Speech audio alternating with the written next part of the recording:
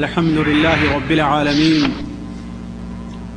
الرحمن الرحيم مالك يوم الدين ونشهد أن لا إله إلا الله ونشهد أن سيدنا ومولانا محمدا عبده ورسوله أرسله إلى الناس كافة بشيرا ونذيرا أما بعد فإن خير الحديث كتاب الله وخير الهدي هدي محمد صلى الله عليه وسلم وشر الأمور محدثاتها وكل محدثة بدعة وكل بدعة ضلالة وكل ضلالة في النار. أعوذ بالله السميع العليم من الشيطان الرجيم. بسم الله الرحمن الرحيم. يرفع الله الذين آمنوا منكم والذين أوتوا العلم درجات والله بما تعملون خبير.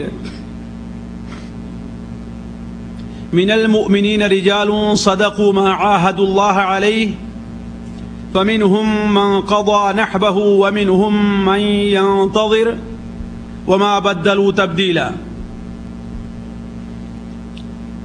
سبحانك لا علم لنا إلا ما علمتنا إنك أنت العليم الحكيم.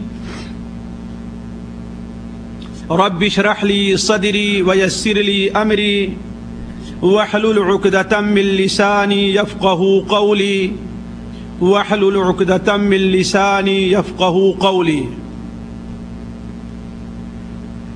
عزیز ساتھیوں، دینی بھائیوں اور معزز علماء کرام، جیسا کہ ابھی آپ حضرات نے سنا کہ آج کی ہماری اور آپ کی مجلس ایک نہایت ہی عظیم، ایک نہایت ہی مبارک شخصیت، وہ شخصیت جس کے ذکر کی وجہ سے جس مجلس میں اس کا ذکر ہو اللہ تبارک و تعالیٰ کی رحمتیں اور برکتیں نازل ہوتی ہیں، اس شخصیت کا ذکر آج اس مجلس میں آپ کے سامنے کیا جا رہا ہے. یہ مبارک شخصیت یا اس سے پہلے جن دونوں شخصیات کا ذکر ہوا، یعنی امام ابو حنیفہ رحمہ اللہ اور امام مالک رحمہ اللہ، یا اس مجلس کے بعد جس شخصیت کا ذکر ہوگا یعنی امام احمد بن حنبل رحمہ اللہ، ان سے متعلق لوگوں نے ان کے خلاف کیا کیا باتیں گڑھی ہیں اور ان کے معتقدین نے اور محبین نے ان کی ذات سے متعلق کیا کیا غلو سے کام لیا ہے، یہ دو باتیں تقریباً ان مجلسوں کے اندر چھیڑی نہیں جا رہی ہیں. حالانکہ شیخ صاحب نے ابھی اشارہ کیا، لیکن ایک مصلحت اور ایک مقصد کے پیش نظر میں زیادہ غلو پر مبنی باتیں اور زیادہ جفا پر مبنی باتیں، ان دونوں باتوں کا ذکر میں نہیں کر رہا. کیوں؟ اس لیے کہ ان مجلسوں سے میرا مقصد یہ ہے کہ ایک عمومی طور پر عام لوگوں کے سامنے یہ چیز واضح ہو جائے کہ آخر کوئی ذات جسے ہم امام ابو حنیفہ کہہ کے پکارتے ہیں، جسے ہم امام مالک رحمہ اللہ کہتے ہیں، جسے ہم امام شافعی رحمہ اللہ کا نام دیتے ہیں، جنہیں ہم امام حنبل رحمہ اللہ کا نام دیتے ہیں، یا جن کی طرف نسبت حنفی، مالکی، شافعی، حنبلی کی جاتی ہے، آیا یہ شخصیت کون ہیں، یہ شخصیات کون ہیں اور ان کے خدمات کیا ہیں؟ یہ مختصر طور پر چند باتیں مجھے آپ کے سامنے یہی صرف رکھنی ہیں، اور تفصیل اس کی بیان نہیں کی جا سکتی، اس طریقے سے پچھلے ہفتے بھی ہم نے اشارہ کیا تھا۔ البتہ ان شخصیات کے بارے میں دو فریق نے جہاں کہیں دھوکہ کھایا ہے، خواہ محبین اور معتقدین کا فریق ہو یا ان سے بغض رکھنے والے اور ان کی مخالفت کرنے والے فریق ہوں، ان دونوں نے کہاں کہاں اور کس ناحیے سے غلطی کی ہے، اور اصل اعتدال اور بیچ کی راہ کیا ہے، یہ کسی اور مجلس کا حصہ ہے۔ بلکہ پچھلی مجلس سے میرے سامنے ایک بات آئی اور ایک چیز ذہن میں آئی کہ اگر ایک مجلس یہ رکھی جائے اور یہ درس یہ رکھا جائے کہ ائمہ کرام اور ان کا احترام، ائمہ کرام اور ان کا احترام، یا یہ کہا جائے کہ اہل حدیث اور ائمہ کرام، وہاں پر یہ چیز رکھی جائے کہ ہاں اصل ہے، صورت ان اماموں کی آپ لوگوں کے سامنے آ چکی ہے، اب ان کے بارے میں ایک سنی کا، ایک مسلمان کا، ایک مومن کا موقف کیا ہونا چاہیے۔ ایک مومن کا موقف غلو اور جفا، افراط اور تفرید دونوں کے بیچ میں ہونا چاہیے، نہ ہی کسی کو اس کے حق سے آگے بڑھایا جائے کہ بڑھا کر کے نبوت کے درجے پر لے جایا جائے، اور نہ ہی کسی کا حق مارا جائے کہ اسے گھٹا کر کے اس مقام پر رکھ دیا جائے کہ ہاں وہ اس قدر بدعقیدہ تھے نعوذ باللہ من ذالک کہ ان سے توبہ کرائی گئی۔ یہ دونوں راستے ایسے ہیں، یہ دونوں منہج ایسے ہیں جو صحیح اہل سنت والجماعت کا جو منہج ہے اس کے خلاف ہے، اور اہل سنت والجماعت اس کے خلاف ہے۔ ہمیشہ ان کا طریقہ کیا رہا ہے؟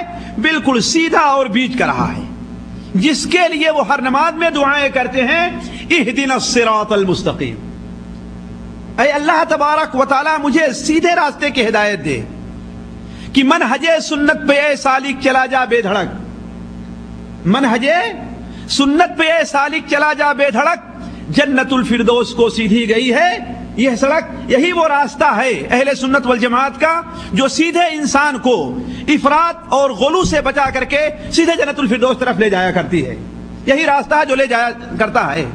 تو عرض کرنے کا مقصد یہ ہے کہ میں آپ لوگوں کے سامنے صحیح انصاف اور تاریخ کی صحیح شہادت کے مطابق ان اماموں کی شخصیت کیا ہے، ان کے فضائل کیا ہیں، ان کی خدمات کیا ہے، اس کی ایک جھلک میں آپ کے سامنے رکھنا چاہتا ہوں، اس لیے کہ یہ تفصیل اگر ایک امام کے بارے میں رکھی جائے تو اللہ تبارک و تعالیٰ نے ان اماموں کو اسی طریقے سے ان کے ساتھ، ان کی زندگی میں، ان کے بعد ایسے ایسے ائمہ یا اسے پہلے ایسے پیدا ہوئے ہیں جن کے مناقب اور فضائل ایسے ہیں کہ جن کے لیے لکھنے کے لیے مجلدات درکار ہیں اور انہیں بیان کرنے کے لیے ہفتے اور مہینے درکار ہیں۔ تو اختصار کے طور پر آپ کے سامنے آج جس امام کی ایک جھلک آپ کے سامنے پیش کی جا رہی ہے وہ جیسا کہ ابھی آپ نے سنا، وہ محمد ابن ادریس ابن عباس ابن عثمان ابن شافع ابن صائب ابن عبید ابن عبد یزید ابن مطلب ابن ہاشم بن مطلب بن عبد مناف ہیں۔ ذرا سنیں گے اس لیے کہ اس سے متعلق ایک سوال کروں گا میں آپ لوگوں سے کہ محمد ابن ادریس ابن عباس ابن عثمان ابن شافع بن صائب بن عبید بن عبد یزید بن ہاشم بن مطلب بن عبد مناف، اب آپ لوگ غور کریں گے کہ یہ نسب نامہ اللہ کے رسول صلی اللہ علیہ وسلم کے نسب نامے سے کہاں پہ جا کے ملتا ہے؟ ہر آدمی سوچے رہے گا، بعد میں جو سوال ہوگا جواب دے گا، البتہ کوئی کسی سے پوچھے نہیں، کوئی کسی سے سوال نہ کرے کہ اللہ کے رسول صلی اللہ علیہ وسلم سے امام شافعی رحمہ اللہ کا نسب نامہ کس شخص پر جا کر کے ملتا ہے، وہ اس سوال کا جواب دے اور اس پر غور کرے گا۔ ایک بار پھر سن لیجئے، محمد ابن ادریس ابن عباس ابن عثمان بن شافع ابن السائب ابن عبید ابن عبد یزید ابن ہاشم بن مطلب بن عبد مناف۔ اور اللہ کے رسول صلی اللہ علیہ وسلم کون ہیں؟ دیکھیے پھر پوچھنے لگے آپ ایک دوسرے سے، پوچھئے نہیں، ہر آدمی اپنی سمجھ پر اعتماد کرے، بعد میں یہاں سے نکلنے کے بعد یا جب سوال حل ہو جائے چاہے جو جس سے پوچھ لے گا۔ اللہ کے رسول صلی اللہ علیہ وسلم کیا ہیں؟ محمد ابن عبداللہ ابن عبد المطلب بن ہاشم بن عبد مناف بن قصی بن کلاب، اس طریقے سے آگے تک چلا گیا ہے۔ تو یہ ہیں امام شافعی رحمہ اللہ جن کا نام لیا گیا۔ امام شافعی رحمہ اللہ کی پیدائش عباسی دور خلافت میں 150 ہجری کو ہوئی ہے۔ یہ وہی سال ہے، اگر آپ لوگ بھول نہ گئے ہوں، جس سال امام اعظم ابو حنیفہ رحمہ اللہ کا انتقال ہوا ہے۔ 150 میں امام ابو حنیفہ رحمہ اللہ کا انتقال ہوا، اور اسی سال امام شافعی رحمہ اللہ کی پیدائش۔ مکہ مکرمہ کے اصل رہنے والے تھے، لیکن ان کی اصل پیدائش عسقلان کے قریب ایک غزہ، جو فلسطین کا بڑا مشہور شہر ہے، آج بھی اخبارات میں آپ لوگ غزہ کی پٹی سنتے ہوں گے، غزہ کے اندر امام شافعی رحمہ اللہ کی پیدائش ہے۔ یہ عباسی دور خلافت تھا۔ عباسی دور خلافت کے اندر مسلمان حکومت جس قدر وسیع تھی، اس کی وسعت کا اندازہ آپ اس سے لگا لیں کہ عباسی دور خلافت کا مشہور حاکم ہارون رشید، جس کے زمانے میں عمومی طور پر امام شافعی رحمہ اللہ زندگی بسر کیے ہیں، وہ جب کبھی بدلی کو دیکھتا تھا، آسمان پر بدلی پر نظر پڑتی تھی، تو ہارون رشید کہتا تھا کہ اے بادل، تجھے جہاں برسنا ہے جا کر کے برس، یہاں برس، 10 کلومیٹر کے بعد، 50 کلومیٹر، 100 کلومیٹر کے بعد، تجھے جہاں برسنا ہے جا کر کے برس، تیری وجہ سے جو دانہ اگے گا اس دانے کا خراج اور ٹیکس مجھ تک پہنچنا ہی ہے، یعنی تو جہاں بھی برسے گی اس کا فائدہ مجھے پہنچنا ہے۔ تو ذرا دیکھیے وہ حکومت اس وقت کس قدر وسیع رہی ہوگی۔ لیکن یہ وہ زمانہ تھا جس زمانے میں بڑے بڑے تابعین، جو اللہ کے رسول صلی اللہ علیہ وسلم کے صحابہ کے پرورش یافتہ تھے، تعلیم یافتہ تھے، یہ وہ زمانہ تھا کہ لوگ ختم ہو چکے تھے۔ اس لیے آہستہ آہستہ بدعات اور خرافات اس زمانے میں جنم لینی شروع ہو گئی تھیں۔ عباسیہ دور خلافت کے اندر کچھ بدعاتوں کو بڑا رواج ملا اور بدعاتوں نے بہت زور پکڑا۔ مثال کے طور پر ایک بدعت وہ جسے الرائے اور قیاس کہا جاتا ہے، کہ قرآن اور حدیث کے اوپر اتنا اعتماد نہ کیا جائے جس قدر رائے، قیاس اور استنباط پر اعتماد کیا جائے۔ حتیٰ کہ بدقسمتی سے یہ اصول بنا لیا گیا کہ اگر اللہ کے رسول صلی اللہ علیہ وسلم کی کوئی ایسی حدیث آتی ہے جو عقل اور قیاس کے خلاف ہے، تو وہاں پر حدیث کو چھوڑ دیا جائے گا اور عقل اور قیاس کے اوپر عمل کیا جائے گا۔ اس نے بہت زور پکڑا۔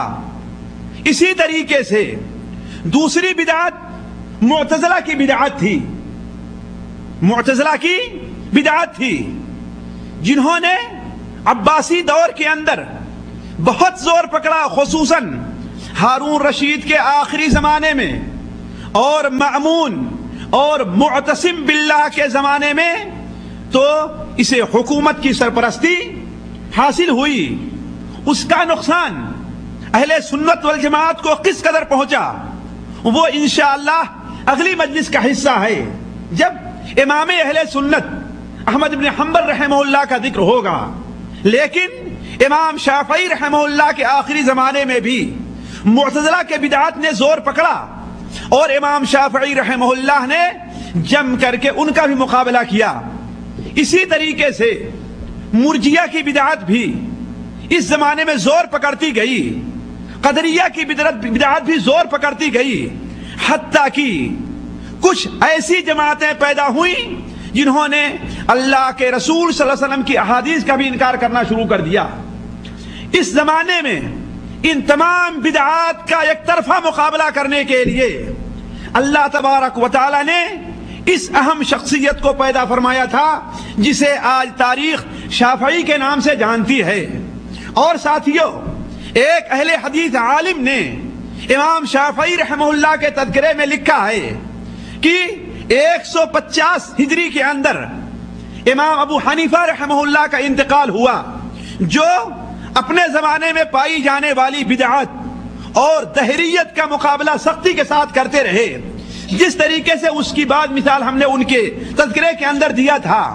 اور جب امام صاحب رحمہ اللہ اس دنیا سے جانے لگے تو اللہ تبارک و تعالی نے گویا امام شافعی رحمہ اللہ کو پیدا فرما کر کے یہ واضح کر دیا کہ اے لوگو، گھبراؤ نہیں، تمہاری بدعقیدگی، تمہاری کٹ حجتی، تمہاری عقلی دلیلوں کا جواب دینے کے لیے اگرچہ ایک امام اس دنیا سے رخصت ہو گیا ہے، لیکن اس کی جگہ لینے کے لیے ہم نے ایک دوسری شخصیت کو پیدا کر دیا ہے. اور یہ اللہ تبارک و تعالیٰ کی سنت رہی ہے. یہ اللہ تبارک و تعالیٰ ہر زمانے میں جب کبھی بھی کوئی بدعت، کوئی شرک، کوئی کفر زور پکڑتا ہے تو اللہ تبارک و تعالیٰ اس کے توڑ کرنے کے لیے امت محمدیہ کے کسی فرد کو ضرور متعین کر دیتا ہے. اور یہ ایسی تاریخ ہے جو اپنے اندر ایک بڑی وسعت رکھتی ہے، اسے ایک دو مثالوں سے دے کر کے صرف واضح نہیں کیا سکتا. اس لیے اسے یہیں پر چھوڑ کر کے ہم آتے ہیں کہ جب ایسے وقت میں امام شافعی رحمہ اللہ 150 ہجری کے اندر غزہ کے اندر پیدا ہوئے اور ابھی آپ چھوٹے ہی تھے کہ والد کا سایہ آپ کے سر سے اٹھ گیا. اور اللہ تبارک و تعالی کی عمومی طور پر دیکھیں گے یہ بڑی حکمت رہی ہے کہ عمومی طور پر جتنے علماء نے اپنا نام پیدا کیا ہے ان میں بہت سے علماء ایسے رہے ہیں کہ جو بچپن ہی میں باپ کے سائے سے محروم ہو جایا کرتے ہیں. خود نبی کریم صلی اللہ علیہ وسلم جو دنیا کے عظیم تر نہیں بلکہ سب سے عظیم انسان ہیں، اللہ تبارک و تعالی نے آپ کو بھی یتیم پیدا فرمایا تھا. الم یجدک یتیما فآوا. تو امام شافعی رحمہ اللہ بھی ابھی چھوٹے ہی تھے کہ ان کے والد کا انتقال ہو گیا.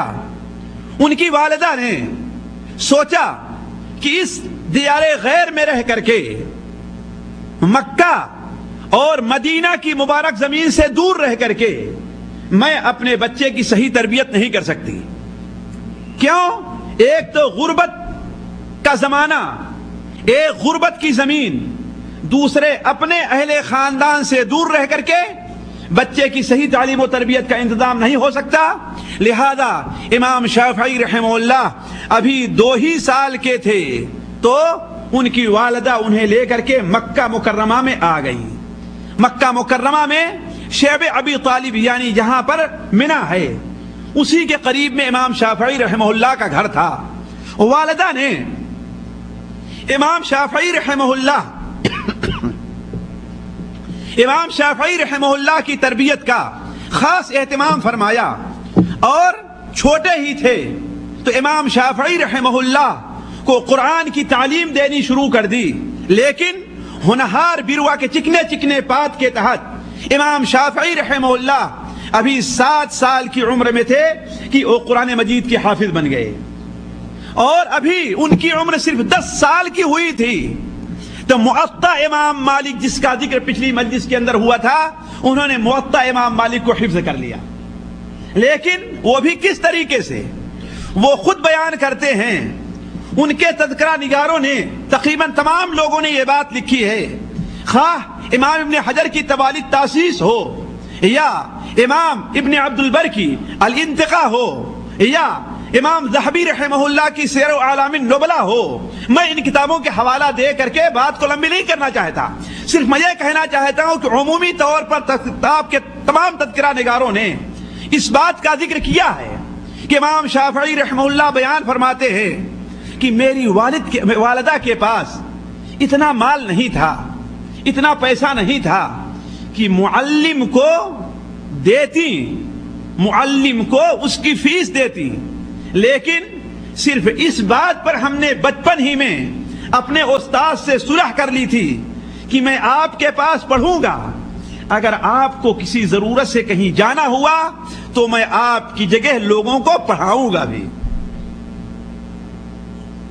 ساتھیو، اسی لیے میں برابر کہتا ہوں، غریب ہونا، مسکین ہونا، فقیر ہونا اسلام میں یہ عیب نہیں ہے. جو آدمی اسے عیب سمجھتا ہے خود اس کا ایمان عیب دار ہے. جو اسے عیب سمجھتا ہے اس کا عقیدہ عیب دار ہے. اللہ کے رسول صلی اللہ علیہ وسلم کی وہ دعا آپ لوگوں کو یاد نہیں ہے؟ جو دعا ملائے اعلیٰ سے متعلقہ حدیث کے اندر آئی ہوئی ہے کہ اللہ کے رسول صلی اللہ علیہ وسلم کو اللہ تبارک و تعالیٰ کی طرف سے یہ دعا سکھلائی گئی کہ اللہم انی اسألک فعل الخیرات وترک المنکرات وحب المساکین. اے اللہ تعالیٰ مجھے مسکینوں سے محبت کی توفیق عطا فرما. ترمذی شریف کی وہ روایت کہ اللہ کے رسول صلی اللہ علیہ وسلم دعا کیا کرتے تھے، اللہم احینی مسکینا وامیتنی مسکینا واحشرنی فی زمرۃ المساکین. اے اللہ تبارک و تعالی زندگی بھی مجھے مسکین ہی رکھ، وفات بھی ہو تو میری.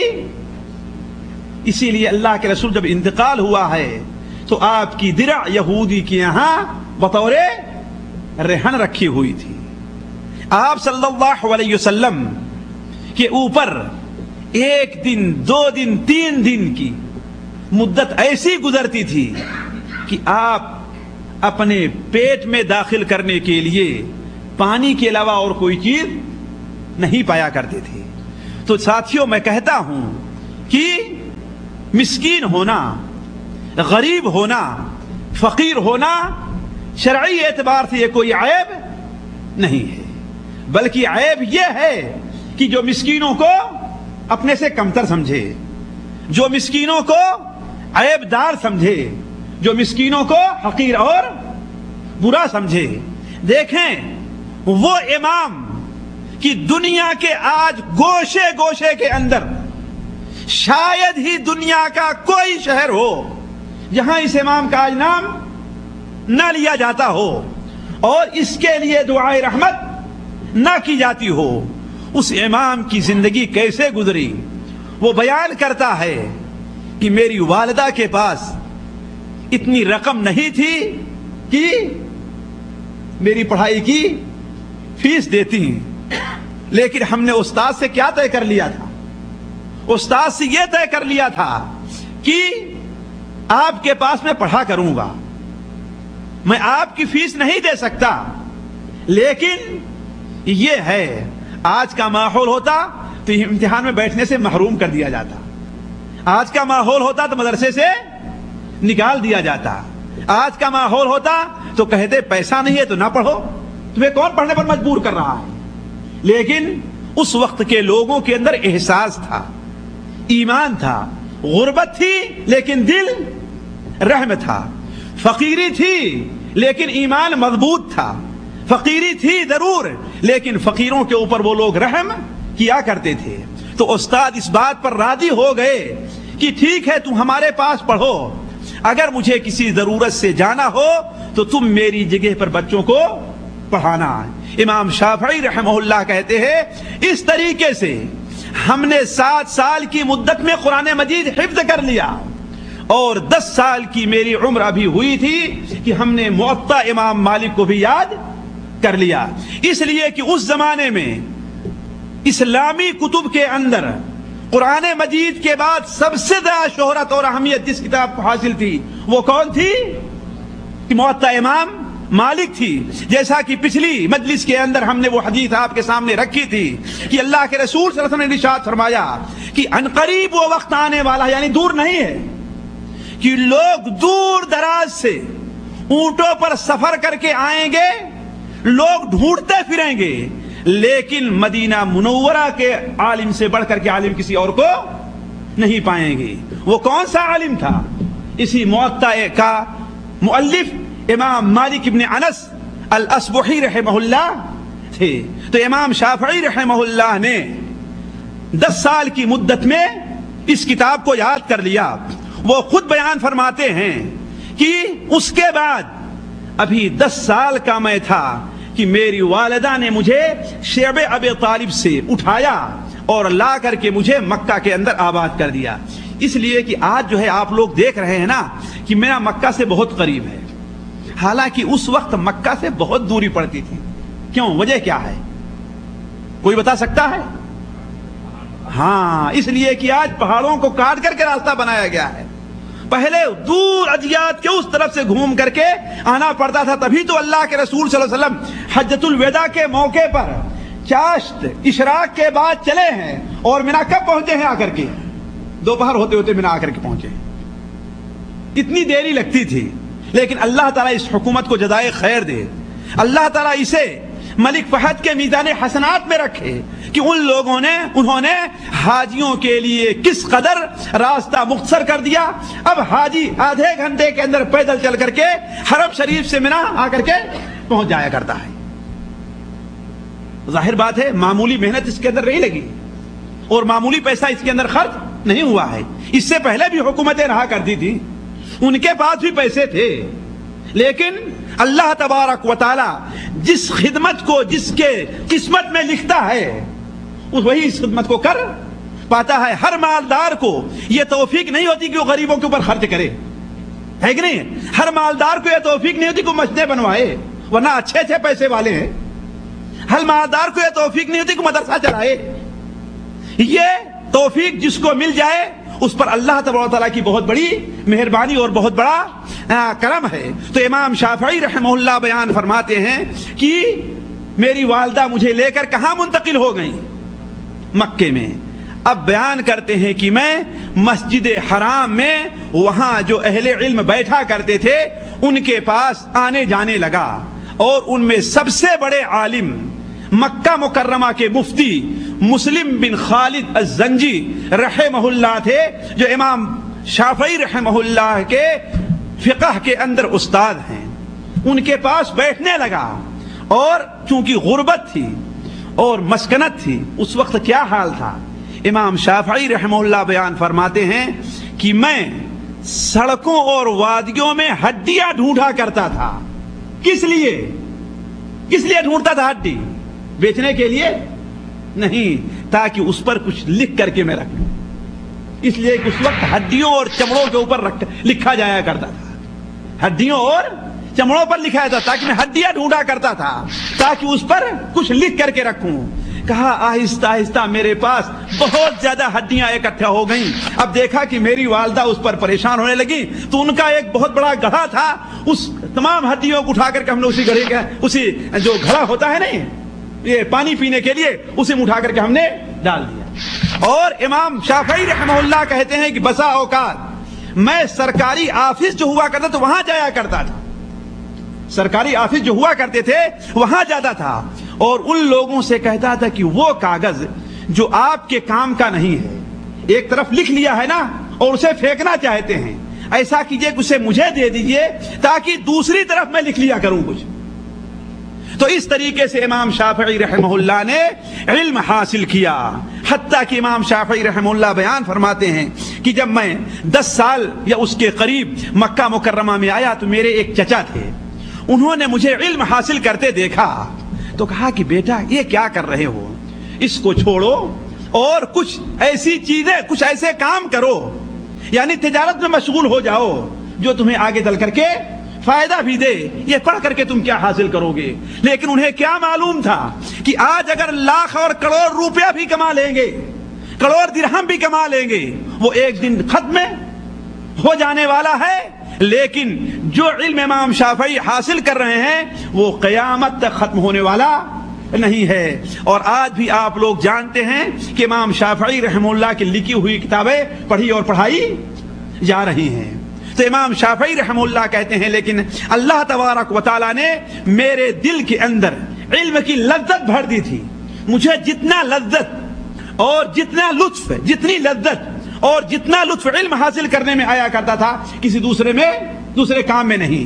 چنانچہ جب امام شافعی رحمہ اللہ اس طریقے سے 13 سال کے ہو گئے، 14 سال کی ان کی عمر ہوئی، تو اب امام مالک رحمہ اللہ سے ملاقات کا شوق پیدا ہوا کہ یہ کتاب جو ہم نے یاد کر لی ہے، آخر اس کتاب کے مؤلف سے بھی تو ملیں، یہ کون ہے؟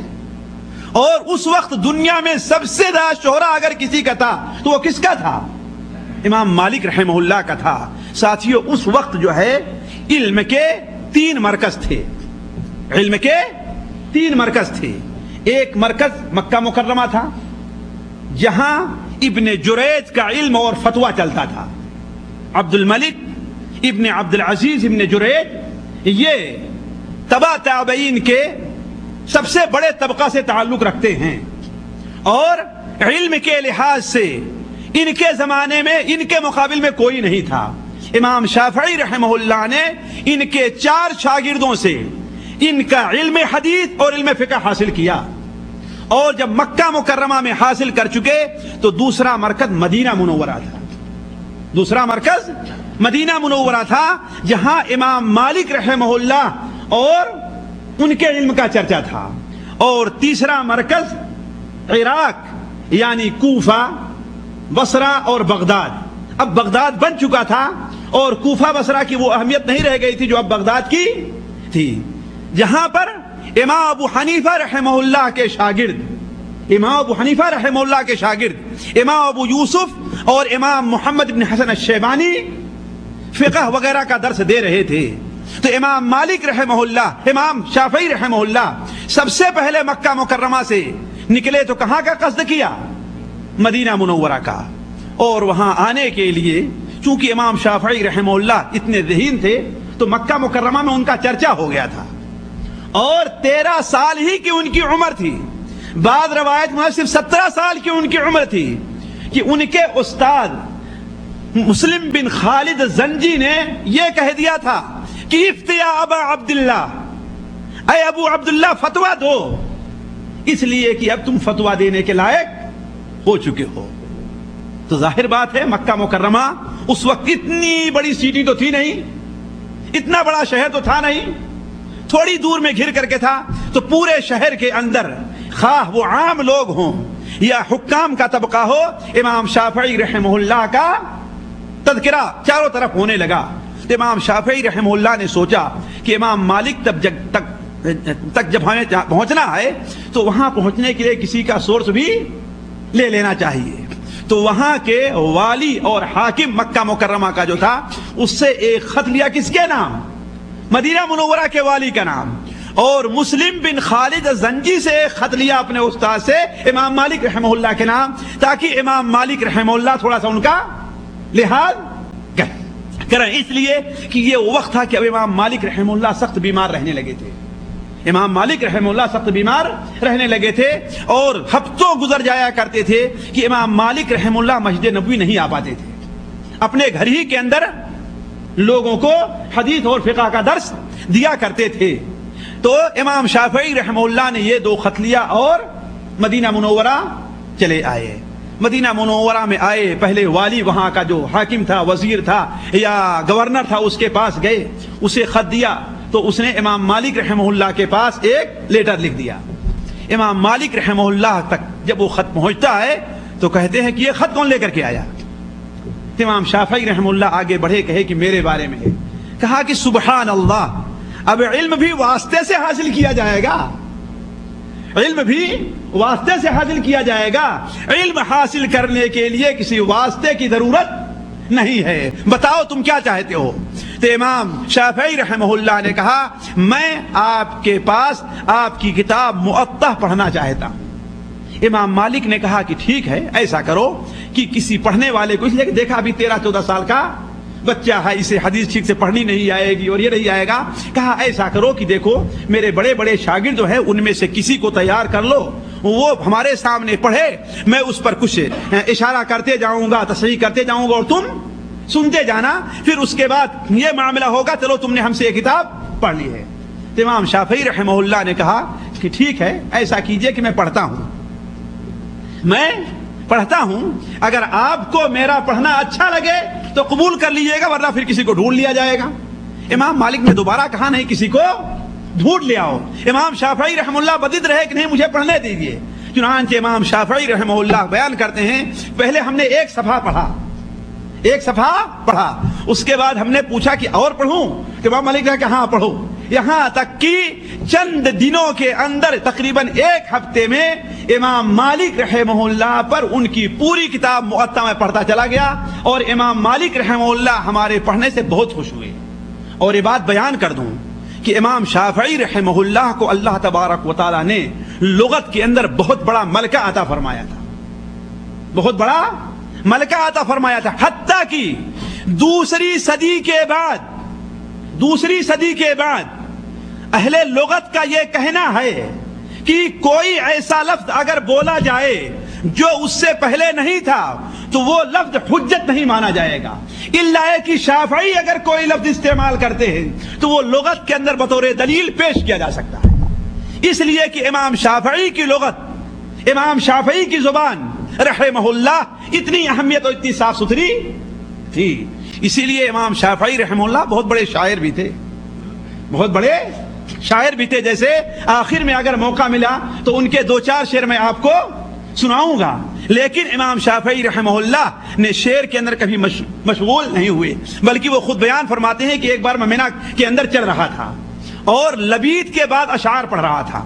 لبید ابن ربیعہ اہل علم جانتے ہیں کہ یہ عرب کا زمانے جاہلیت کا بہت بڑا شاعر مانا گیا ہے، بہت بڑا شاعر. بلکہ بعد میں انہوں نے اسلام قبول کیا اور اسلام قبول کرنے کے بعد شعر پڑھنا انہوں نے چھوڑ بند کر دیا تھا.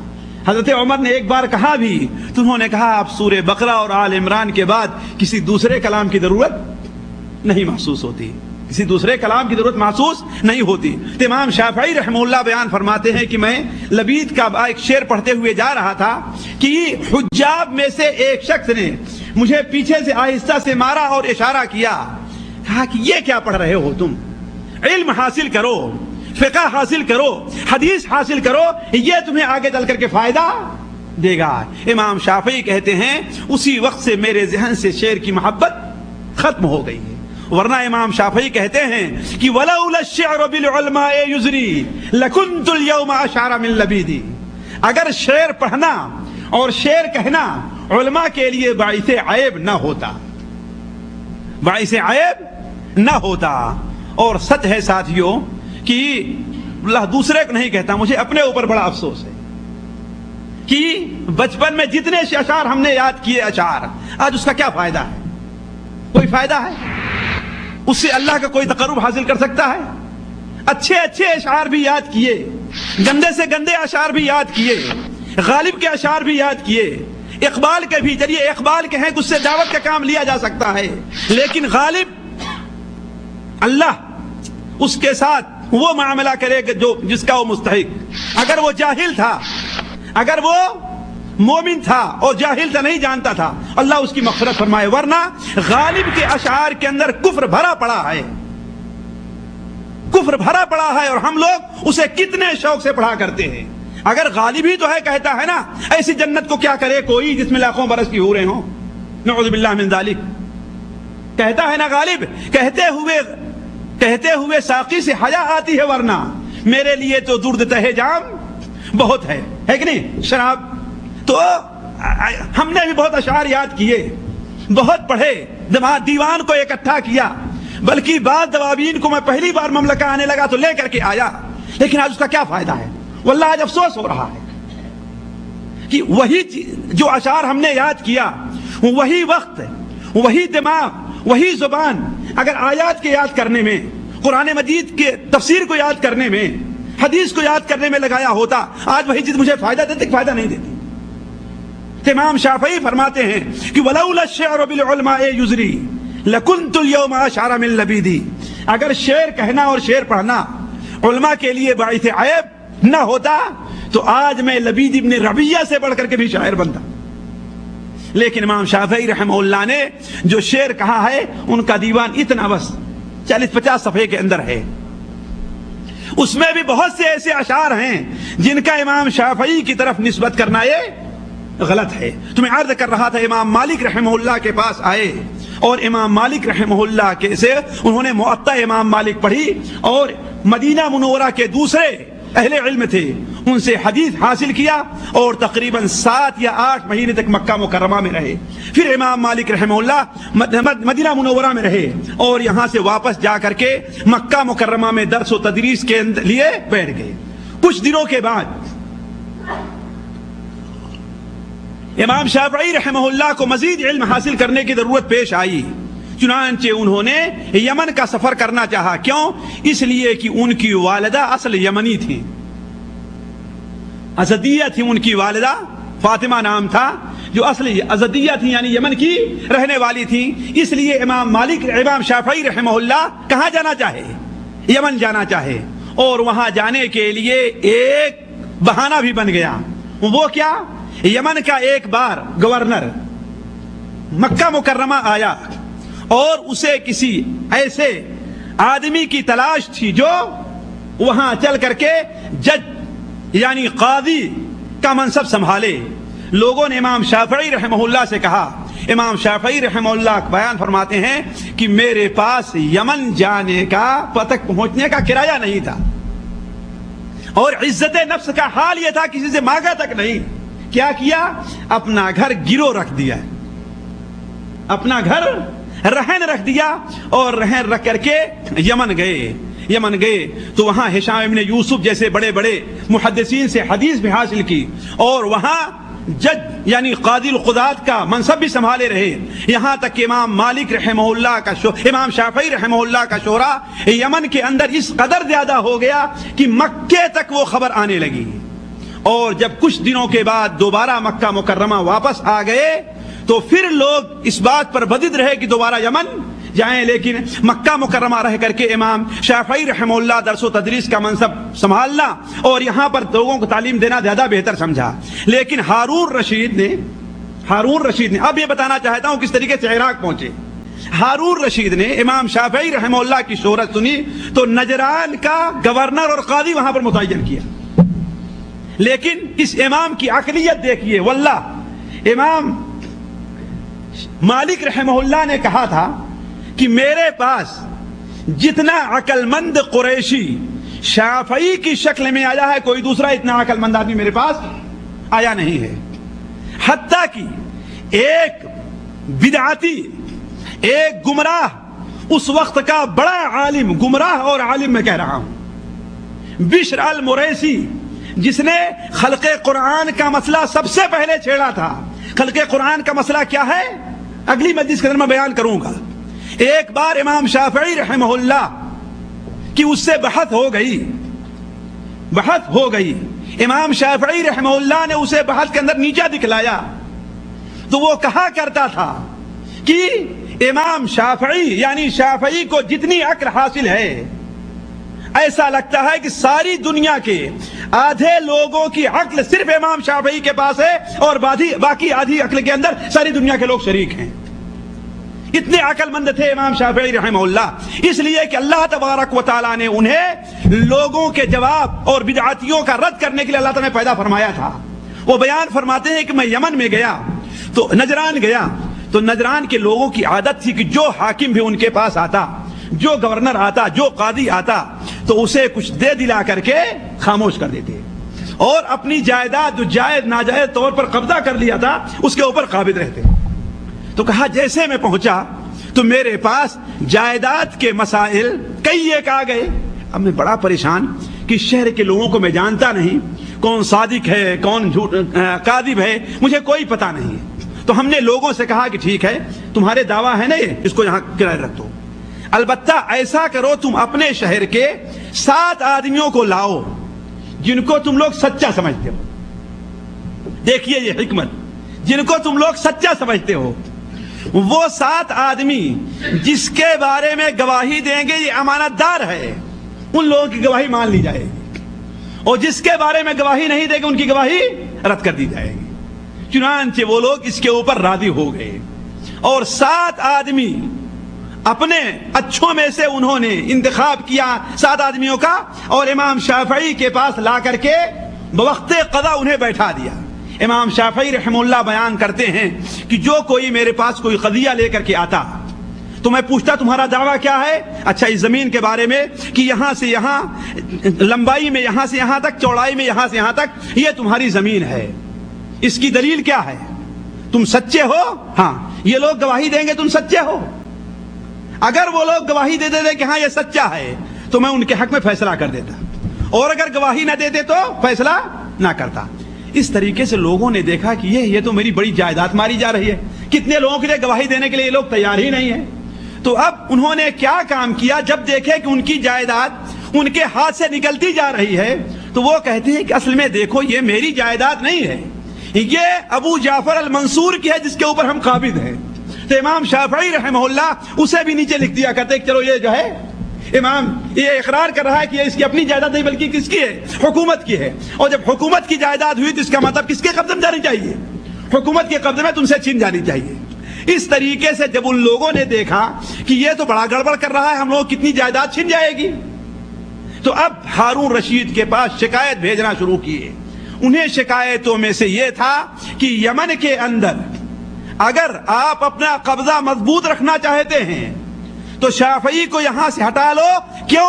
اس لیے یہ علوی خاندان کی طرف دعوت دے رہا ہے، یعنی اس لیے کہ عباسی حکومت جو قائم ہوئی تھی وہ 2 خاندان سے مل کر کے قائم ہوئی تھی، اہل تاریخ جانتے ہیں، علوی خاندان سے مل کر کے اور عباسی خاندان سے مل کر کے، علوی خاندان سے اور عباسی خاندان سے۔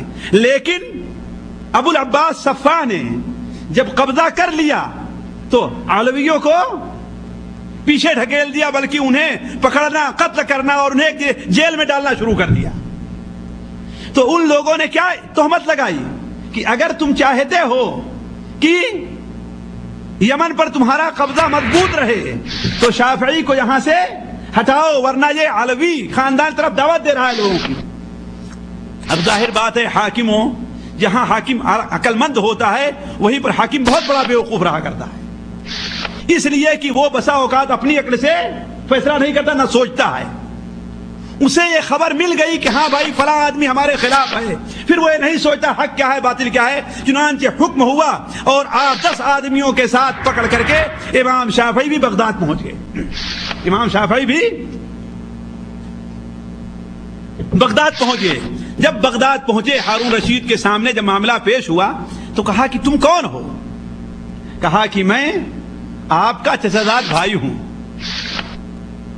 تم کون ہو؟ کہا میں آپ کا چچاداد بھائی ہوں، اس لیے کہ ہارون ہاشمی خاندان سے تھا اور امام شافعی مطلبی تھے، اور ہاشم اور مطلب کیا تھے؟ دونوں بھائی بھائی تھے، ہاشم اور مطلب دونوں بھائی بھائی تھے۔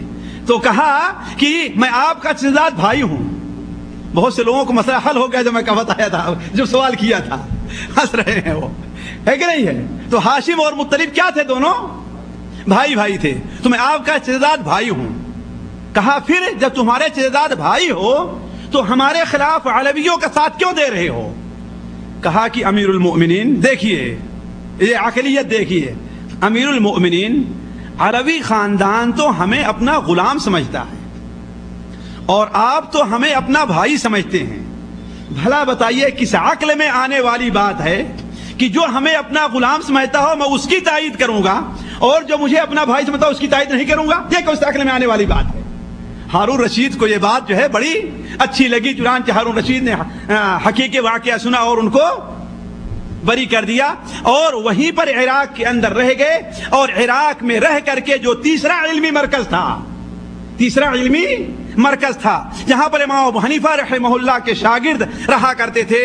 امام شافعی رحمہ اللہ وہاں رہ کر کے علم حاصل کرنا شروع کیے اور امام ابو حنیفہ رحمہ اللہ کی فقہ امام محمد ابن حسن الشیبانی کے ذریعے انہوں نے حاصل کیا. بلکہ بسا اوقات بعض روایات میں تو یہ آیا ہے کہ امام محمد ابن حسن الشیبانی سے انہوں نے جو علم حاصل کیا اور لکھا تھا اسے ایک اونٹ پر لاد کر کے لے آئے تھے. کتنا؟ ایک اونٹ پر لاد کر کے لے آئے تھے. اور ہر ایک مسئلے کے بارے میں امام محمد سے مباحثہ ہوا تھا. یہ ہے امام شافعی رحمہ اللہ کی پیدائش اور ان کا طلب علم. دیکھیے ہم دوسری بات طرف آتے ہیں کہ امام شافعی رحمہ اللہ کے مناقب اور فضائل کیا ہیں. دیکھیے امام شافعی رحمہ اللہ کی فضیلت اس قدر ہے کہ اسے ایک دو مجلس میں نہیں بیان کیا جاتا، بلکہ بڑے بڑے علماء جو امامت کے منصب پر پہنچے ہیں انہوں نے جس قدر امام شافعی رحمہ اللہ کی فضیلت میں کتاب لکھی ہے کسی دوسرے کی فضیلت میں کتاب نہیں لکھی ہے. مثال کے طور پر علم کے لیے آپ لوگ یاد کر لیں امام شافعی رحمہ اللہ کی شان اور فضیلت میں جو سب سے پہلے کتاب لکھی گئی ہے وہ اہل ظاہر کا امام داؤد ابن علی ظاہری نے لکھی ہے، جن کی پیدائش 200 ہجری میں ہے. یعنی امام شافعی رحمہ اللہ کی وفات سے تقریباً 4 سال پہلے سب سے پہلی کتاب انہوں نے لکھی ہے. اس کے بعد امام شافعی رحمہ اللہ کے بارے میں ایک دوسرے مالکی عالم امام مالک رحمہ اللہ کے ماننے والے محمد ابن ابراہیم البوسنجی جو 204 میں پیدا ہوئے انہوں نے لکھی. اس کے بعد امام ابو محمد عبد الرحمن ابن ابی حاتم جو اپنے وقت کے حدیث کے اور تفسیر کے امام تھے. آج ان کی کتابوں سے کوئی ایسا مکتبہ نہیں ہے جو خالی ہو. کن کی؟ امام ابن ابی حاتم کی کتابوں سے. ان کی کتاب الجرح والتعدیل ہو، ان کی کتاب العلل ہو، ان کی کتاب تفسیر ہو، کوئی بھی ان کی کتاب ہو، ان کی کتاب تقریباً ہر مکتبے کے اندر پائی جاتی ہے. انہوں نے آداب الشافعی و مناقبہ کتاب لکھی. اس کے بعد امام شافعی رحمہ اللہ کی شان میں ایک دوسرے محدث اور مفسر امام ابو عبداللہ الحاکم محمد صاحب مستدرک نے بھی یہ کتاب لکھی. تو امام شافعی رحمہ اللہ کے فضائل اور مناقب بہت زیادہ ہیں. مختصر طور پر میں آپ کے سامنے صرف 2 بات رکھتا ہوں. پہلی بات کہ امام شافعی رحمہ اللہ کی فضیلت پر لوگوں نے 2 حدیث سے استدلال کیا ہے. 2 حدیث سے استدلال کیا ہے. ایک حدیث ابو داؤد الطیالسی کے اندر ہے کہ اللہ کے رسول صلی اللہ علیہ وسلم نے ارشاد فرمایا قریش کو برا بھلا نہ کہو، قریش کو برا بھلا نہ کہو، اس لیے کہ قریش کا عالم دنیا کو اپنے علم سے بھر دے گا. قریش کے اندر ایک عالم پیدا ہوگا جو دنیا کو اپنے علم سے بھر دے گا. امام احمد بن حنبل رحمہ اللہ کا بیان ہے کہ اس حدیث کا مصداق کون ہے؟ امام شافعی رحمہ اللہ ہیں. اس لیے کہ قریش میں اچھے سے اچھے عالم پیدا ہوئے لیکن آج تک کوئی ایسا عالم پیدا نہیں ہوا جس کا علم دنیا کے گوشے گوشے کے اندر پھیلا ہو امام شافعی رحمہ اللہ کے علاوہ. دوسری حدیث جو سنن ابو داؤد کے اندر مروی ہے کہ اللہ کے رسول صلی اللہ علیہ وسلم نے ارشاد فرمایا کہ ہر صدی کے اندر، ہر صدی کے شروع میں اللہ تبارک و تعالی ایک عالم کو پیدا کرتا ہے جو اس دین کے اندر جو خرابی پیدا ہو جاتی ہے اس کی اصلاح کرتا، اس کی تجدید کرتا ہے. تو اللہ تبارک و تعالی ہر صدی کے اندر ایک کوئی نہ کوئی عالم ایسا ضرور پیدا کرتا ہے کہ اس زمانے میں جو بدعتیں ہوتی ہیں، جو خرافات ہوتی ہے، جو خرابیاں دین کے اعتبار سے پیدا ہو جاتی ہیں، اللہ تبارک و تعالی اس عالم کے ذریعے سے اس کی اصلاح فرماتا ہے. اس سلسلے میں تقریباً اہل علم متفق ہیں کہ اس سے مراد کون سی ذات ہے؟ امام شافعی رحمہ اللہ کی ہے.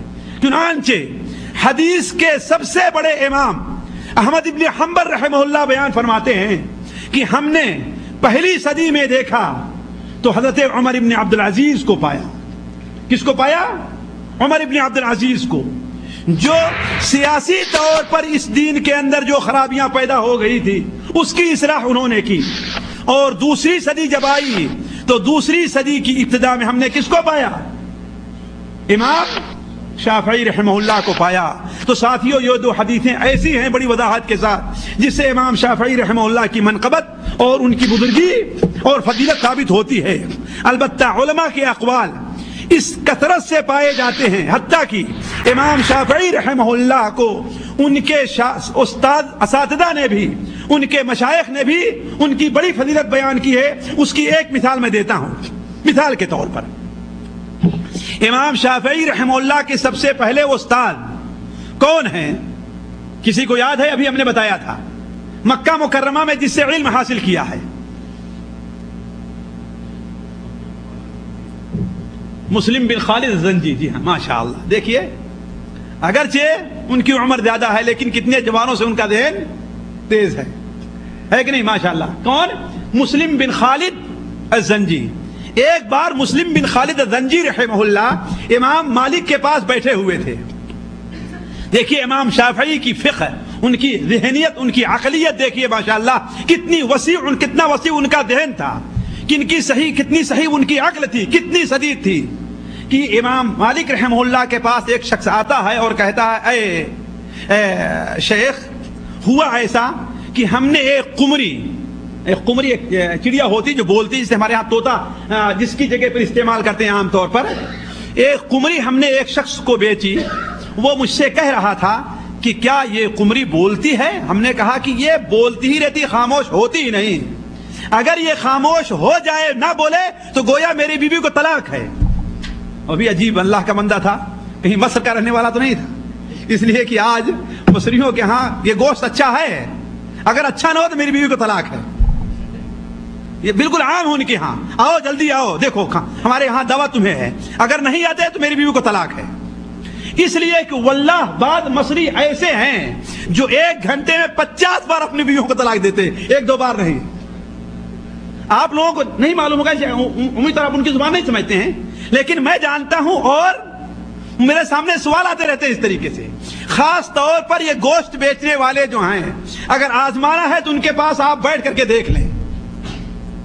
حتیٰ کہ بسا اوقات کس قدر نالائکی ہوتی ہے کہ آپ سامنے دکھائی دیے، آواز دیتے نا آؤ گوشت لے لو، آپ سے کہے گا اگر گوشت نہیں لیتے ہو تو میری بیوی کو طلاق ہے. یہاں تک ان کے ہاں عام ہے یہ چیز کوئی نئی بات نہیں کر رہا ہوں، عام تو کسی سے پوچھ لیں آپ، کسی مصری سے، کسی سعودی سے، وہ بتائے گا کہ ہاں مصریوں کے ہاں طلاق دینا پانی پینے سے بھی آسان ہے. کہ روز آنا جو ہے وہ کم سے کم 1000 بار اپنی بیوی کو طلاق دیتے ہیں اور 1000 بار رجوع کرتے ہیں، نعوذ باللہ من ذالک. تو اس نے کہا اگر یہ خاموش ہو جائے تو میری بیوی کو طلاق ہے. تو امام مالک رحمہ اللہ نے کہا تو ٹھیک ہے، تمہاری بیوی کو طلاق ہو گیا. اب جا رہا تھا تو یہ وہی دن تھے کہ امام شافعی رحمہ اللہ امام مالک کے پاس علم حاصل کرنے کے لیے آئے ہوئے تھے. وہ ملا، امام شافعی نے کہا کہاں سے آ رہے ہو؟ کہا کہ ایسی بات ہے. کہا کہ اچھا یہ بتاؤ، تم سے سوال ہے کہ تمہارا مقصد کیا تھا؟ جب کہو کہ ہاں یہ خاموش نہیں ہوتی تو کیا مطلب خاموش ہوتی ہی نہیں سرے سے؟ پانی پیتی پھر بھی خاموش نہیں ہوتی، کھانا کھاتی پھر بھی خاموش نہیں ہوتی، رات کو سوتی ہے پھر بھی خاموش نہیں ہوتی، دن میں کبھی خاموشی نہیں ہوتی ہے، یا یہ کہ عام حالات میں خاموش نہیں ہوتی؟ تو کہا ظاہر بات میرا مقصد تو یہی تھا کہ عام حالات میں خاموش نہیں ہوتی ہے. تو کہا جاؤ تمہاری بیوی کو طلاق نہیں ہے، تمہاری بیوی کو طلاق نہیں ہے. وہ شخص امام مالک سے ذکر کیا تھا، امام مالک نے کہا بلاؤ اس کو. پوچھا امام مالک نے امام شافعی سے کہ آپ نے یہ بات کیسے کہی؟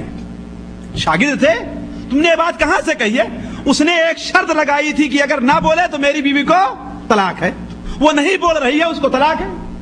کہا کہ اے استاد، ہم نے یہ بات اللہ کے رسول کی ایک حدیث سے لی ہے، اللہ کے رسول صلی اللہ علیہ وسلم کی ایک حدیث سے لی ہے. اس لیے بخاری شریف وغیرہ میں حدیث ہے، مسلم شریف وغیرہ میں، کہ فاطمہ بنت قیس جن کو ان کے شوہر نے 3 طلاق دے دی تھی، 3 طلاق دے دی تھی، تو اللہ کے رسول صلی اللہ علیہ وسلم نے ان کو کہا عدت جا کر کے فلاں جگہ گزارو، اور جب ایسا ہو کہ تمہیں کوئی شادی کا پیغام بھیجے تو مجھ سے مشورہ کر لینا. مجھ سے مشورہ کر لینا. تو انہیں 2 آدمیوں نے شادی کا پیغام دیا. 2 آدمیوں نے شادی کا پیغام دیا تو اللہ کے رسول کے پاس مشورہ کرنے کے لیے آئیں. کہا اے اللہ کے رسول صلی اللہ علیہ وسلم, ہمیں شادی کا پیغام معاویہ ابن ابی سفیان نے بھی بھیجا ہے, اور دوسرے کون سے ہیں؟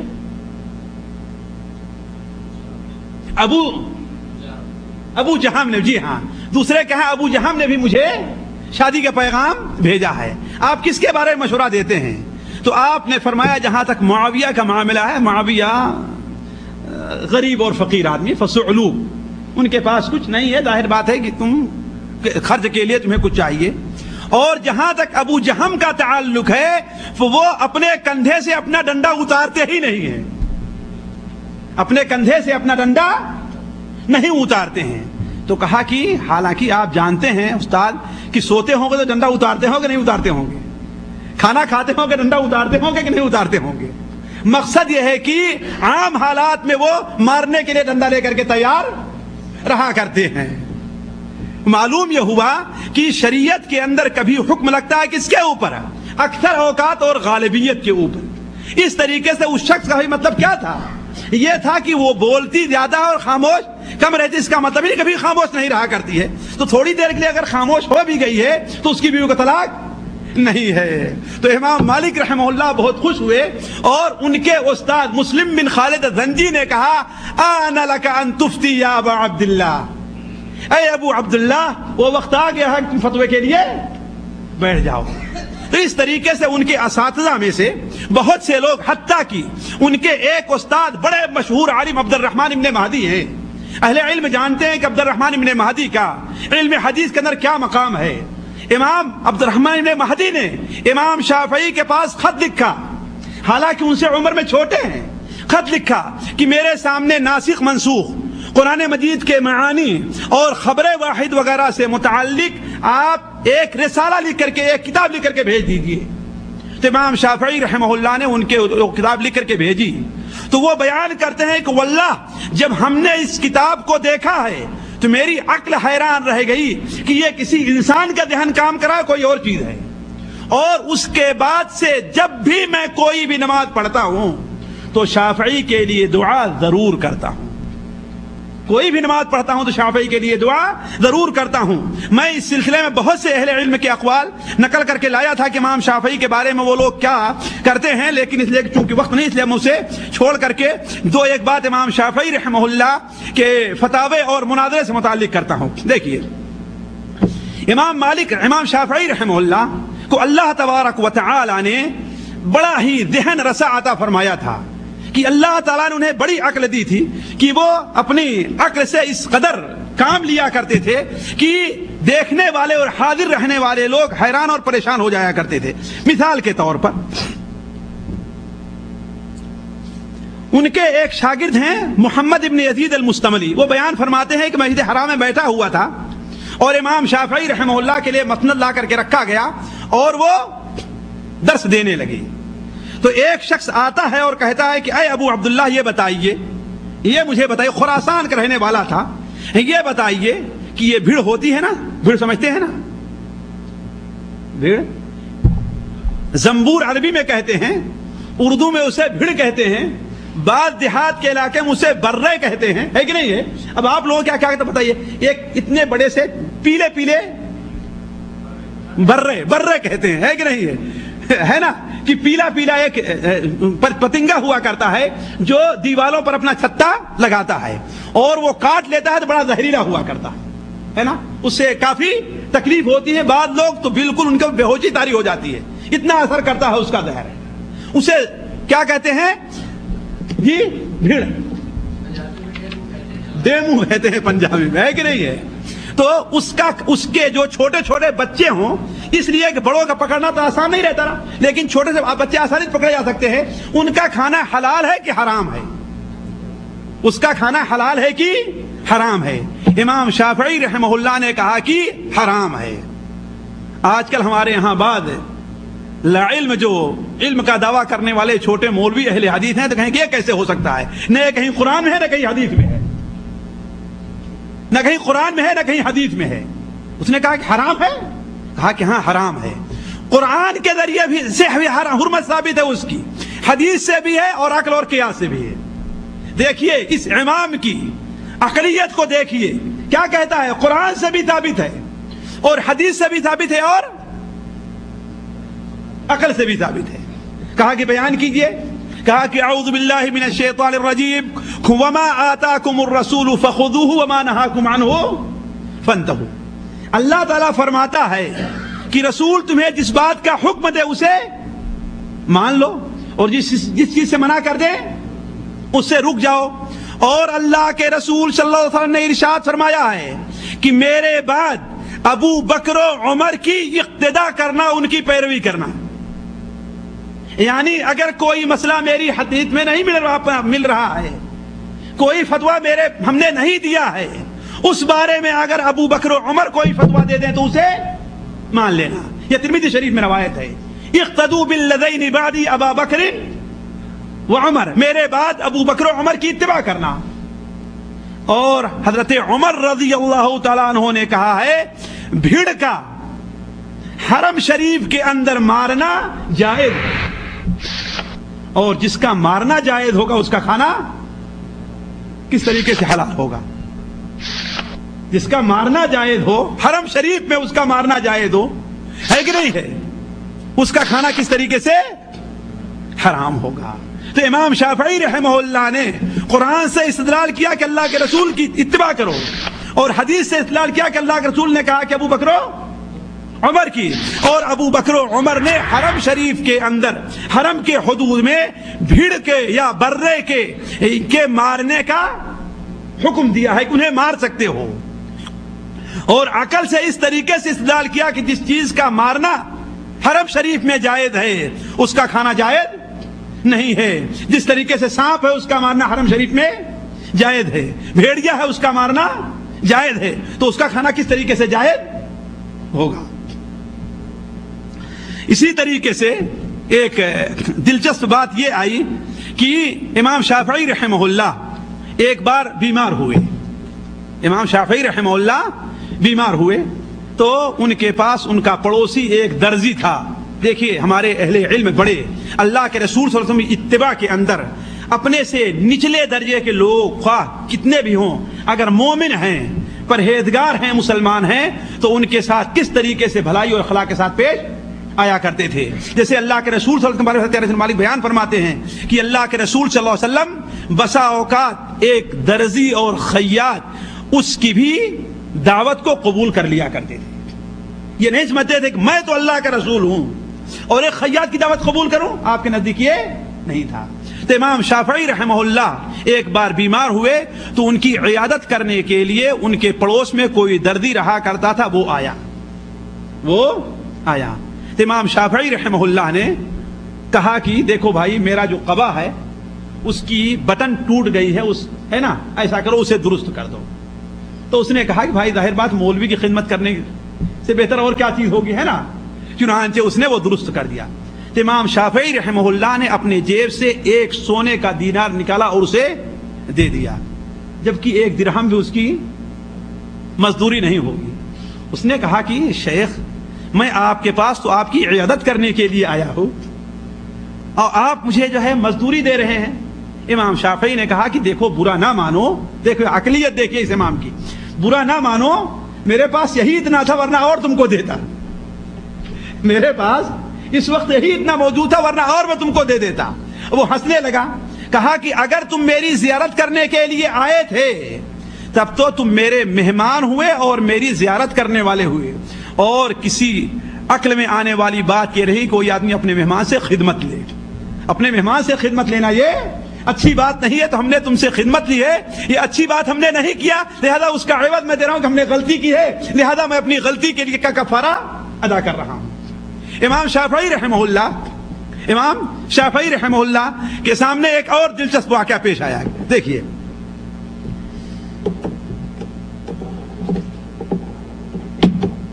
کہ امام شافعی رحمہ اللہ, دیکھیے ابھی بات کر رہا تو ذہن میں تھا اور ابھی وہ ذہن سے بات اتر گئی.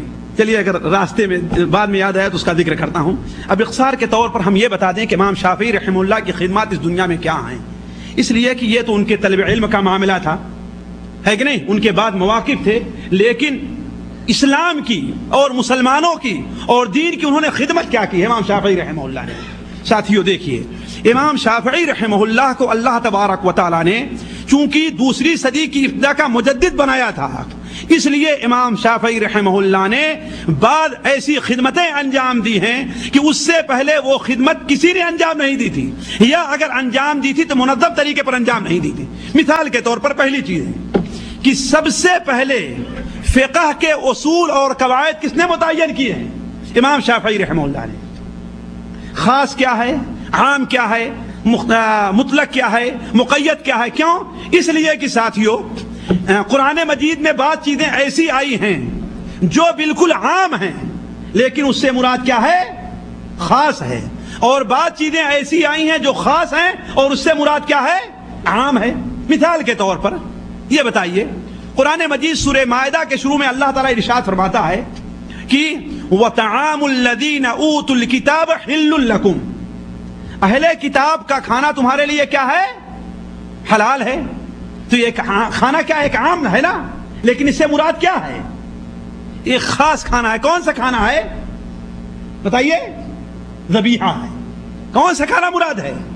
ذبیحہ ہے۔ کوئی یہ نہیں کہ جو دال روٹی پکائیں وہ بھی اس کے اندر بھی کوئی خرابی ہے۔ دال روٹی تو ایک ہندو مشرک پکائے وہ بھی کھانا جائز ہے، اس کو آپ کا کھانا پکائے وہ بھی، اس سے مراد یہ ہے کہ اگر اہل کتاب جانور ذبح کرتے ہیں تو ان کا ذبیحہ تمہارے لیے حلال ہے، البتہ اہل کتاب کے علاوہ دوسرے کافروں کا ذبیحہ تمہارے لیے حلال نہیں ہے۔ تو قرآن مجید میں کیا کہا گیا؟ ایک عام لفظ کہا گیا ہے نا، لیکن اس سے مراد کیا ہے؟ خاص ہے۔ اور بسا اوقات قرآن مجید میں خاص لفظ آتا ہے اور اس سے مراد عام ہوتا ہے۔ خاص لفظ آتا ہے لیکن اس سے مراد کیا ہے؟ عام لفظ ہے۔ مثال کے طور پر قرآن مجید میں کہا ہے اللہ تعالیٰ سورہ نساء کے اندر، اگر تمہیں راستے میں خوف لاحق ہو تو تمہارے اوپر نماز قصر کرنے میں کوئی گناہ نہیں ہے۔ یعنی اگر خوف ہو تو نماز قصر کرنے میں کوئی گناہ نہیں ہے۔ اس کا مطلب اگر خوف نہیں ہے تو نماز نہیں قصر کرنا چاہیے؟ جی، نماز قصر کرنا ہر حالت میں ہے۔ تو قرآن مجید میں ایک خاص لفظ استعمال ہوا ہے جس سے مراد کیا ہے؟ عام ہے۔ ظاہر بات اس کے لیے کسی اصول، قاعدے اور ضابطے کی ضرورت ہے۔ ہر آدمی ہماری طرح اور آپ طرح اس کو سمجھ نہیں سکتا ہے۔ تو یہ پہلا اصول ہے، پہلے قاعدے ہیں جو امام شافعی رحمہ اللہ نے سب سے پہلے علماء کے اندر، وہی عالم ہے جنہوں نے اصول متعین کیے ہیں، اور ایک کتاب لکھی جس کا نام الرسالہ نام رکھا ہے۔ اس کا نام کیا لکھا ہے؟ الرسالہ۔ یہ کتاب مصر سے تقریباً 600 صفحے کے اندر چھپی ہے، جس میں 1800 سے زائد مسائل بیان کیے گئے ہیں۔ کتنا؟ 1800 سے زائد مسائل۔ اور میں اہل علم سے کہوں گا کہ امام شافعی رحمہ اللہ کی یہ کتاب علامہ احمد شاکر کی تحقیق سے اگر مل جائے تو اسے ضرور پڑھیں، اس لیے کہ اہل علم کے لیے اس کا پڑھنا بہت اہم اور بہت ضروری ہے۔ اس کتاب کو ہم نے 1405 کے اندر پڑھا ہے۔ کب پڑھا ہے؟ 1405 میں پڑھا ہے، لیکن اس کتاب کے اندر بعض عجیب استدلال جو پائے جاتے ہیں وہ ابھی تک میرے ذہن کے اندر ہیں کہ امام شافعی رحمہ اللہ نے کس طریقے سے حدیث کی حجیت پر، فقہ کے صحت پر اور رائے اور فقہ کے اندر کس طریقے سے تطبیق دی جائے، کس طریقے سے امام شافعی نے اس بارے میں بحث کی ہے، یہ چیز اس کے اندر بڑی اچھے انداز میں بیان کی گئی ہے۔ تو اس کا پڑھنا ہر طالب علم کے لیے بڑا ضروری ہے۔ الرسالہ تو اصول فقہ میں سب سے پہلی یہ کتاب لکھی، ایک چیز۔ دوسری خدمت امام شافعی رحمہ اللہ کی بہت بڑی یہ ہے کہ امام ابو حنیفہ رحمہ اللہ کے انتقال کے بعد ان کے شاگردوں کے اندر رائے اور قیاس پر زور بہت سختی کے ساتھ پھیل گیا، حتیٰ کہ بسا اوقات وہ لوگ اہل حدیثوں کا مذاق بھی اڑایا کرتے تھے۔ اہل حدیثوں کا مذاق بھی اڑایا کرتے تھے۔ وہ کس طریقے سے؟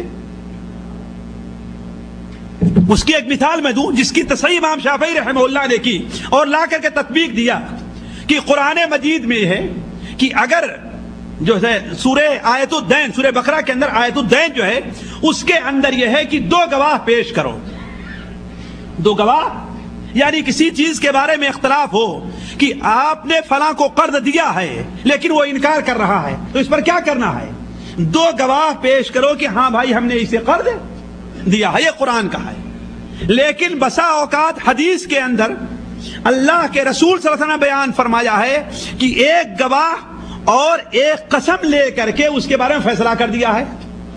یعنی مدعی اگر دو گواہ نہ پیش کر سکے، وہ ایک گواہ پیش کرتا ہے اور مدعی قسم کھا لیتا ہے تو دو گواہ کے برابر ہو جائے گا۔ تو وہ لوگ اہل حدیثوں کا اس پہ مذاق اڑایا کرتے تھے کہ یہ دیکھو قرآن کے خلاف کر رہے ہیں، قرآن کے خلاف کر رہے ہیں۔ لیکن امام شافعی رحمہ اللہ آئے اور اس کی اصلاح فرمائی اور بعض مثالیں لا کر کے واضح کر دیا، کہ اللہ کے رسول صلی اللہ علیہ وسلم نے اس کی مخالفت نہیں کی ہے۔ چنانچہ امام شافعی رحمہ اللہ جب عراق اور بغداد آئے تو امام محمد ابن حسن الشیبانی اور ان کے بعد شاگردوں کے ساتھ ان کے مناظرے ہوا کرتے تھے۔ تو حسن ابن زیاد اللؤلؤی نے ایک بار امام شافعی پر اعتراض کیا کہ آپ لوگ بھی عجیب ہیں۔ کہا کیا ہے؟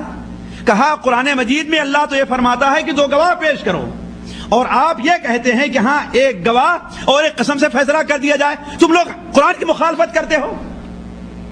امام شافعی نے کہا کہ اچھا یہ بتاؤ کہ اگر ایک شخص کسی عورت سے شادی کرتا ہے، اسی لیے میں کہتا ہوں کہ اس امام کی عقلیت کے اوپر آپ غور کریں کہ کس طریقے سے اس کی عقل بڑی عظیم تھی اور نصوص کا کس طریقے سے وہ استحضار رکھتا تھا۔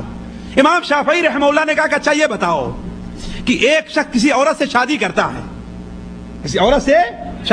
ہے اور اس کے ساتھ دونوں ایک کمرے میں بند ہوتے ہیں، لیکن تھوڑی ہی دیر کے بعد شوہر نکلتا ہے اور کہتا ہے میں اس عورت کو طلاق دے رہا ہوں، تو وہ عورت کتنے مہر کی حقدار ہوگی؟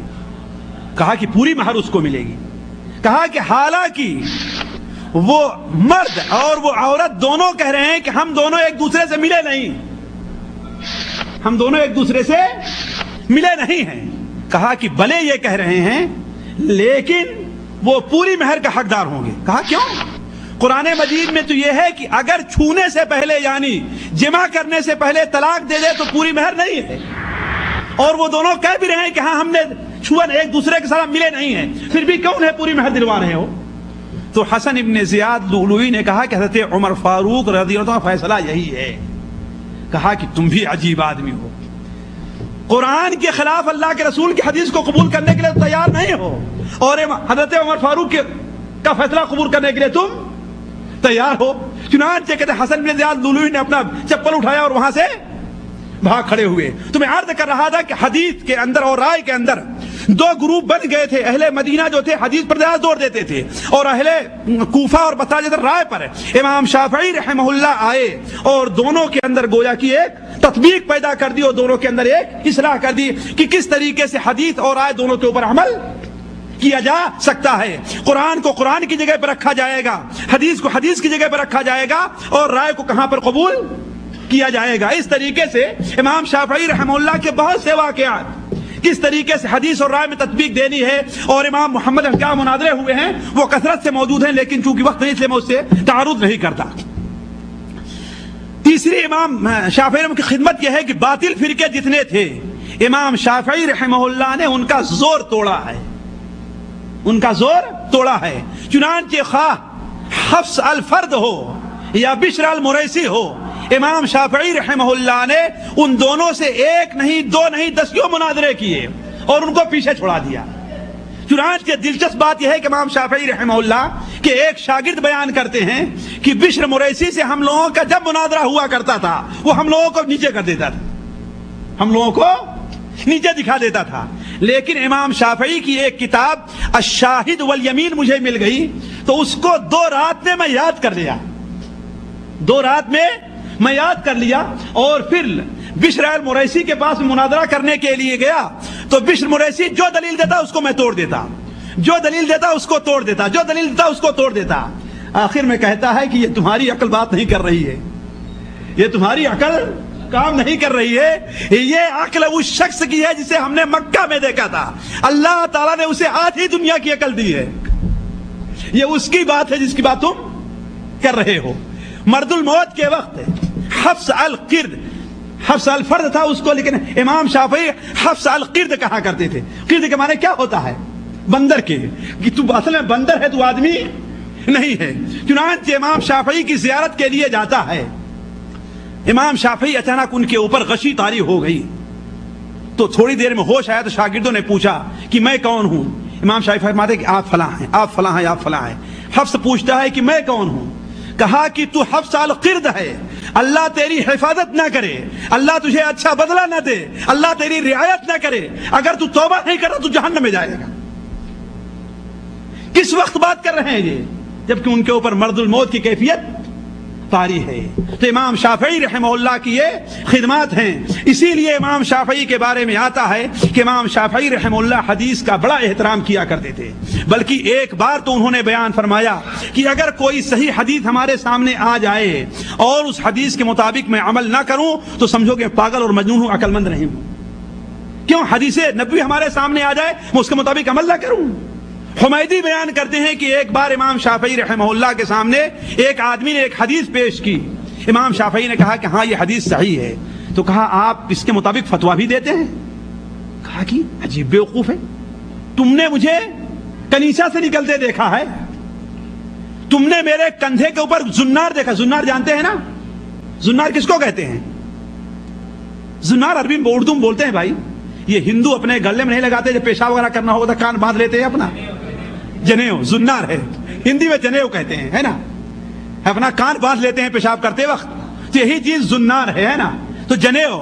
کہا بدبخت تم نے میرے گردن میں زنار دیکھا ہے، مجھے کنیسہ سے نکلتے ہوئے دیکھا ہے کہ میں کہہ رہا ہوں اللہ کے رسول کی حدیث یہ ہے اور تو کہتا آپ کس کے مطابق فتویٰ دیں؟ کیوں نہیں فتویٰ دوں گا؟